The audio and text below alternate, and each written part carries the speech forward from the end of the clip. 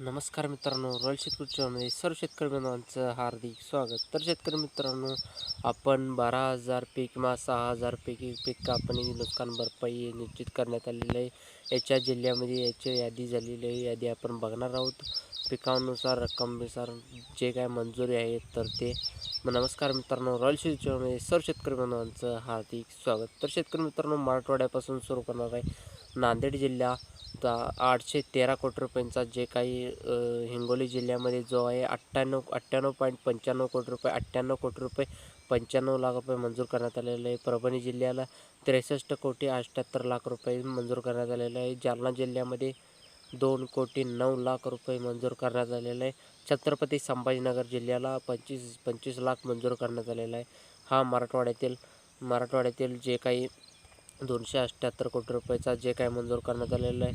Total जे काही 30 जिल्ह्यामध्ये 1219 कोटी रुपये, तर 1219 कोटी पैकी फक्त नांदेड जिल्ह्यामध्ये 813 कोटी रुपयाचा जे काही मंजूर करण्यात आलेला आहे. तर हे जर आकडेवारी आहे, तर हे 12,000 पीक कापणी प्रयोग झाली आहेत. तर त्यापैकी 6,000 पीक कापणी प्रयोग आहेत. तर यांची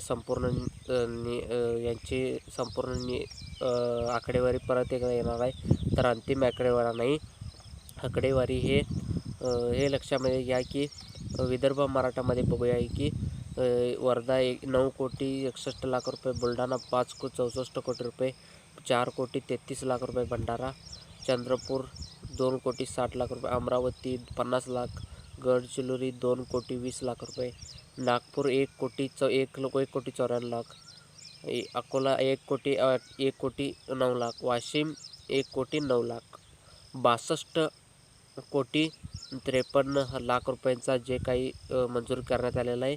तर मित्रांनो, आपण पुढचं बघूया की सोलापूर पश्चिम महाराष्ट्र, सोलापूरमध्ये 6 कोटी 74 लाख रुपये, सांगली 1 कोटी 27 लाख रुपये, पुणे 1 कोटी, कोल्हापूर फक्त 27,000,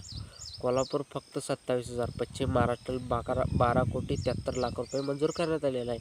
तर उत्तर महाराष्ट्रामध्ये अहिल्यानगर 118 कोटी 35 लाख, नाशिक 8 कोटी 78 लाख रुपये, नंदुरबार 2 कोटी 9 लाख, जळगाव 1 कोटी 6 लाख, तर पुढलं धुळे 1 कोटी 3 लाख रुपये.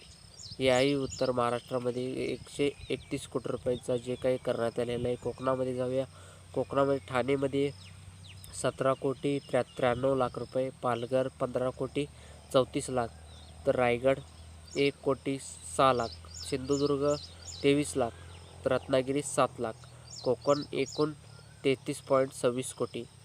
त्यानंतर आपण पाहायला गेलं तर विभागणी जर बघायला गेलं तर 978 कोटी रुपयाचे विदर्भ मिळाले, तर उत्तर महाराष्ट्रामध्ये 31 कोटी रुपये मिळाले.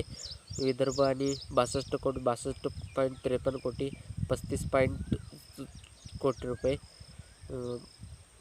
तर आता आपण पाहायला गेलं तर 12,000 पीक मक्के पीक कापणी झाले, ते 6,000 पीक कापणी प्रोजेक्टचे जे काय झालेलं आहे, तर ते आपण पाहायला गेले म्हणजे ज्याच्या 6 जणांची योजना यायची ही साधारण इतकीच आहे की जे काही 12,031 कोटी रुपये 30 जिल्ह्यामध्ये मंजूर करण्यात आलेले आहे. याच्यामध्ये पाहायला गेलं तर अजून ॲड होऊन जवळपास दोन्ही 2200-2300 कोटी रुपयाचा जाऊ शकतो, अशा पद्धतीचे अपडेट आहे.